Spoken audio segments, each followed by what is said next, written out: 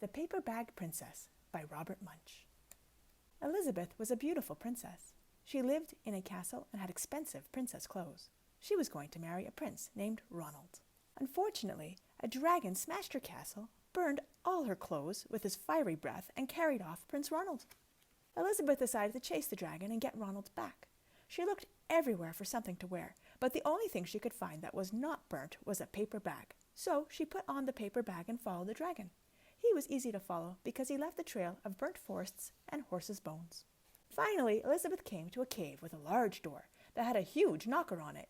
She took hold of the knocker and banged on the door. The dragon stuck his nose out of the door and said, "Well, a princess! I love to eat princesses, but I have already eaten a whole castle today. I am a very busy dragon. Come back tomorrow." He slammed the door so fast that Elizabeth almost got her nose caught. Elizabeth grabbed the knocker and banged on the door again. The dragon stuck his nose out of the door and said, "Go away! I love to eat princesses, but I have already eaten a whole castle today. I am a very busy dragon. Come back tomorrow." "Wait!" shouted Elizabeth. "Is it true that you are the smartest and fiercest dragon in the whole world?" "Yes," said the dragon. "Is it true," said Elizabeth, "that you can burn up 10 forests with your fiery breath?" "Oh, yes," said the dragon, and he took a huge, deep breath and breathed out so much fire that he burnt up 50 forests. "Fantastic," said Elizabeth, and the dragon took another huge breath and breathed out so much fire that he burnt up 100 forests. "Magnificent," said Elizabeth, and the dragon took another huge breath, but this time nothing came out. The dragon didn't even have enough fire left to cook a meatball. Elizabeth said, "Dragon, is it true that you can fly around the world in just 10 seconds?"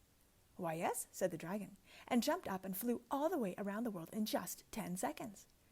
He was very tired when he got back, but Elizabeth shouted, "Fantastic! Do it again!" So the dragon jumped up and flew around the whole world in just 20 seconds. When he got back, he was too tired to talk, and he lay down and went straight to sleep. Elizabeth whispered very softly, "Hey, dragon." The dragon didn't move at all. She lifted up the dragon's ear and put her head right inside. She shouted as loud as she could, "Hey, dragon!" The dragon was so tired, he didn't even move.